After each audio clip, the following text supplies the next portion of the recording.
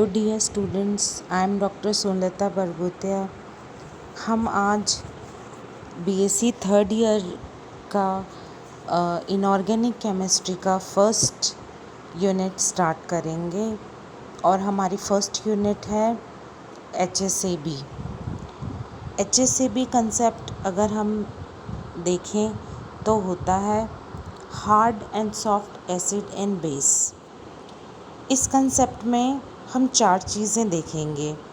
हम ये देखेंगे कि पहले की एसिड और बेसिस की क्या प्रीवियस फाइंडिंग्स हैं और क्या पहले की थ्योरीज़ हैं, और कैसे इस चैप्टर में हार्डनेस एंड सॉफ्टनेस को एसिड और बेस से रिलेट किया है। अब हम देखते हैं कि पहले की जो थ्योरीज़ हैं हमें एसिड और बेस के बारे में क्या इन्फॉर्मेशन देती है। सबसे फर्स्ट थ्योरी जो आती है वो है आर्रेनियस थ्योरी।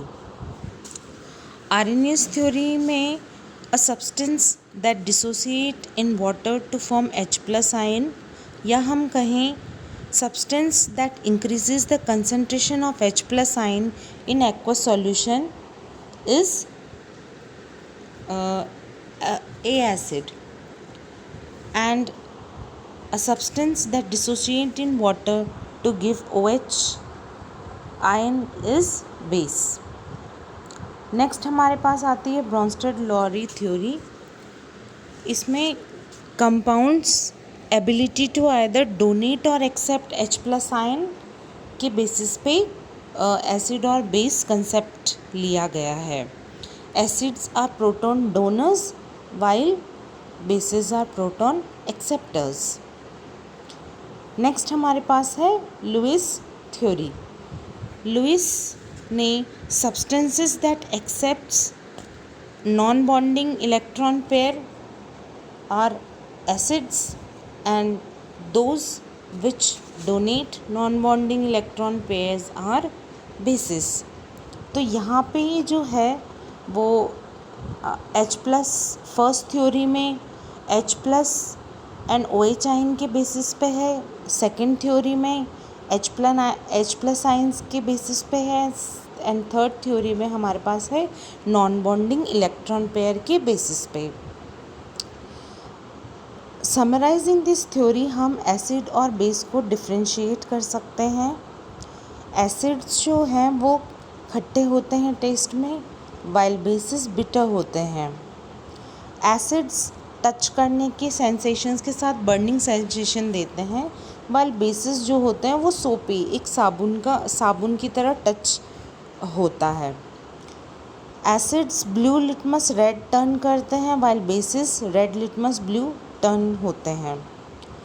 इनके बीच में एक इंडिकेटर के फॉर्म में भी हम डिफ्रेंशिएट कर सकते हैं। अगर फिनोप्थिलीन यूज़ किया जाए तो एसिड्स कलरलेस होते हैं, वाइल बेसिस जो है पिंक कलर टर्न शो हो जाते हैं।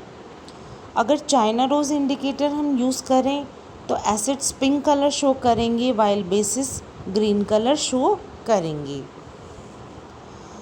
साथ ही हम एक कंसेप्ट को रिवाइज करते हैं, पोलराइजेबिलिटी। पोलराइजेबिलिटी किसे कहेंगे?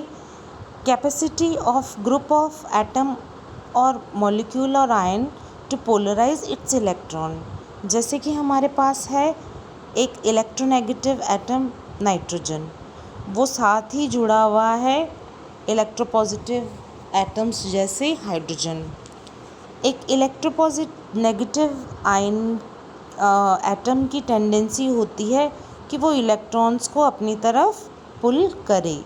इसकी वजह से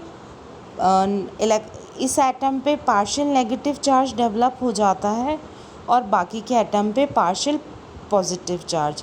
इस फिनोमिनन को कहते हैं polarisability. Depending upon this polarisability हमें 2 कॉन्सेप्ट मिले हैं।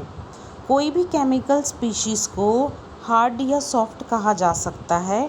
अगर वो लेस पोलराइजेबल हो तो वो हार्ड कहलाएगी, अगर वो इजीली पोलराइजेबल हो तो वो सॉफ्ट कहलाएगी। हम ये देखते हैं कि अगर हार्ड है तो जो इलेक्ट्रॉन इंटरेक्शन है वो आयनिक होता है, और अगर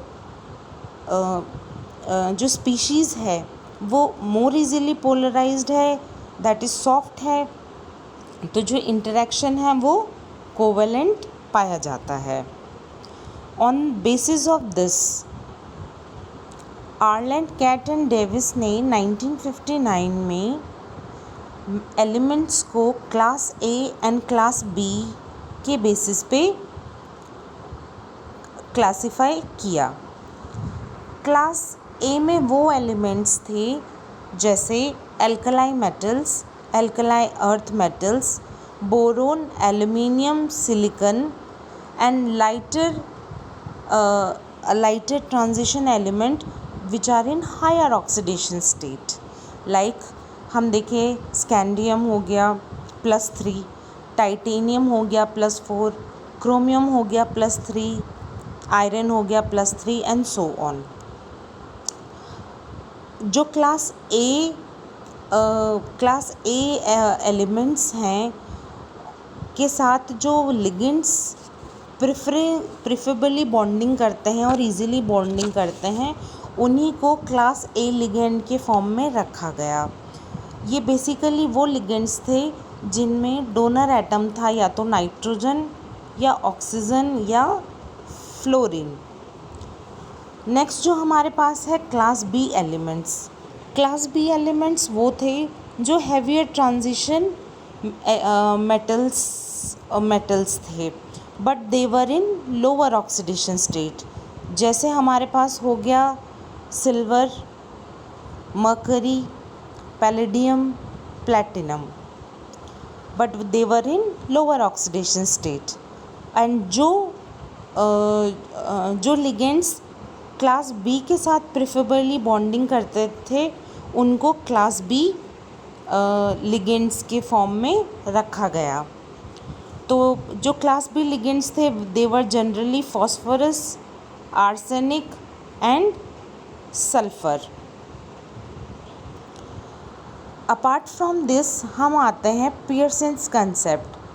पियर्सन ने 1963 में एक ब्रॉड कॉन्सेप्ट दिया और उन्होंने ये कहा, उन्होंने hard acids, hard base, soft acids and soft base को रिजिडली क्लासिफाई किया। जो हार्ड एसिड्स थे वो हम देखते हैं स्मॉल आयनिक रेडियस के होते हैं और high positive charge bearing capacity होती है, लो इलेक्ट्रोनेगेटिविटी होती है and their molecular orbitals are of higher energy. On the other hand अगर हम देखें सॉफ्ट एसिड्स को तो they are also high ionic radius but low positive charge and low molecular orbital energy. Second हम hard bases को देखें तो small radius, high electronegativity and high molecular orbital energy. Next हम देखें सॉफ्ट बेसिस को high large radius, high polarisability and low molecular orbitals. तो इस तरह से उन्होंने ब्रॉडली एक hard and soft acid base का कंसेप्ट दिया। डिपेंडिंग अपॉन दिस हमने एलिमेंट्स को एक चार्ट फॉर्म में क्लैरिफाई किया है। इस चार्ट फॉर्म में हम देख सकते हैं कि hard acids, borderline acids, soft acids, then hard bases, borderline bases and soft bases. जो ऑरेंज में है हम देखते हैं कि यहाँ पे लाइटर ट्रांजिशन मेटल्स हैं या एल्कलाई मेटल्स हैं, एल्कलाई अर्थ मेटल्स हैं।